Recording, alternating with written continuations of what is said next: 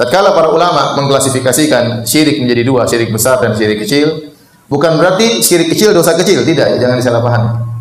Jangan disangka syirik besar dosanya besar, syirik kecil dosanya kecil, tidak. Tetapi tatkala dibagi menjadi dua, syirik besar, syirik kecil, maksudnya apa? Maksudnya syirik besar ini mengeluarkan orang dari Islam.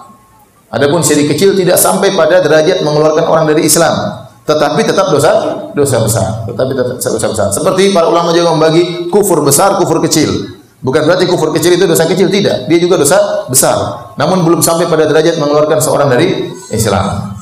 Nah, syirik besar, contoh ya, secara sederhana seperti berdoa kepada selain Allah Subhanahu wa taala. Contohnya percaya kepada perkataan dukun. Contohnya menyembelih kepada selain Allah Subhanahu wa taala. Ini saja sudah banyak di tanah air kita. Contoh, ya, meminta kepada selain Allah. Betapa banyak orang datang ke kuburan, kemudian minta kepada penghuni kubur, kepada kuburan wali. Ya Sunan Fulan, wahai wali Fulan, saya sudah lama menikah, tidak punya anak. Ya, mudahkanlah anak bagiku. Ya.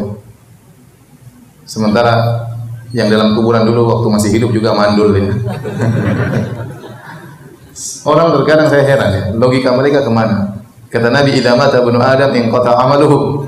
Kalau anak Adam sudah meninggal terputus amalannya, dia sudah tidak bisa apa-apa. Makanya dia tidak bisa lagi salat, kita yang salatkan. Dia tidak bisa lagi berdoa, kita yang doakan.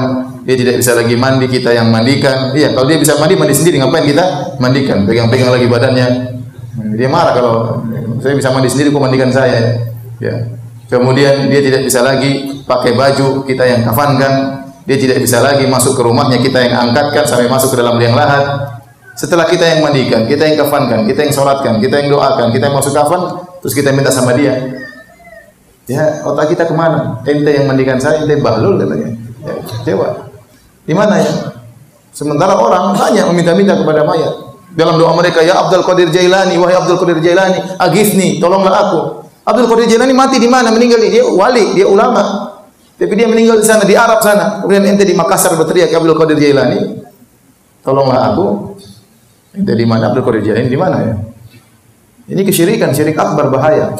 Minta kepada selain Allah. Orang berbondong-bondong, ya, semangat pergi ke kuburan, lebih semangat daripada pergi ke masjid.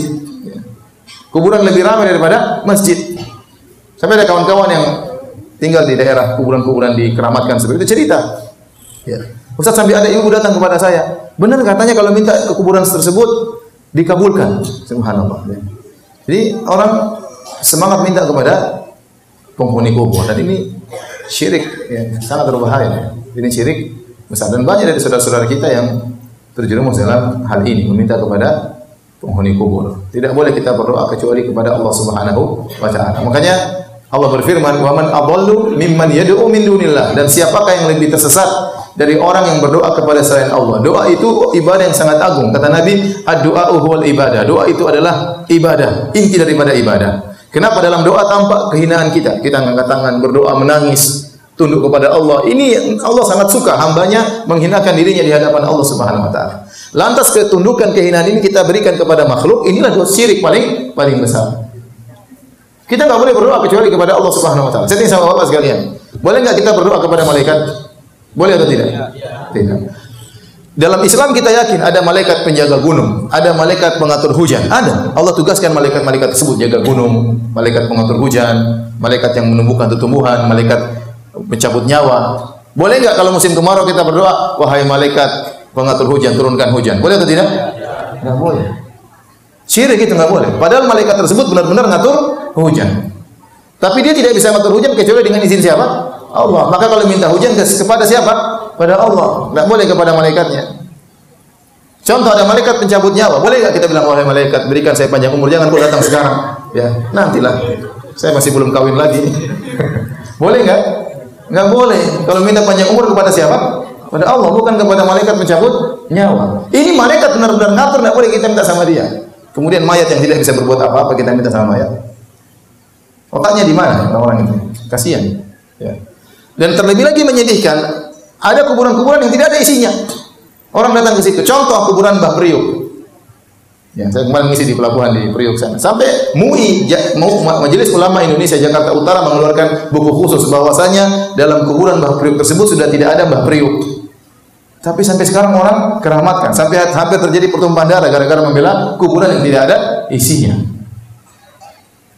Orang Indonesia kalau kita mau cari uang mudah. Anda taruh di pinggir jalan ada pelang 200 meter kuburan mbah-mbah ini ya. Tempat berkah. Itu udah ente bikin kuburan mainan, orang pasti ramai ke situ. Ya, kasih bunga-bunga ke situ. Nah, makanya sebagian orang seperti itu, kasihan. Oleh karenanya tugas kita adalah mengingatkan mereka jangan sampai seorang meninggal dalam kondisi minta-minta kepada mayat. Minta-minta kepada arwah, kepada ruh-ruh, minta-minta kepada jin, minta-minta kepada malaikat, ini semua kesyirikan. Berdoa hanya kepada Allah. Saat Anda menghinakan diri Anda, mengangkat kedua tangan, menangis itu hanya untuk Allah Subhanahu wa taala. Sebagian orang tatkala di masjid tidak bisa menangis, waktu minta-minta ke kuburan menangis. Ini bagaimana? Salah ya. Ya, makanya Allah mengatakan wa annal masajida lillah fala tad'u ma'allahi ahada. Sesungguhnya masjid hanyalah milik Allah, maka jangan kalian berdoa bersama Allah dengan selain Allah. Berdoa hanya kepada Allah Subhanahu wa taala.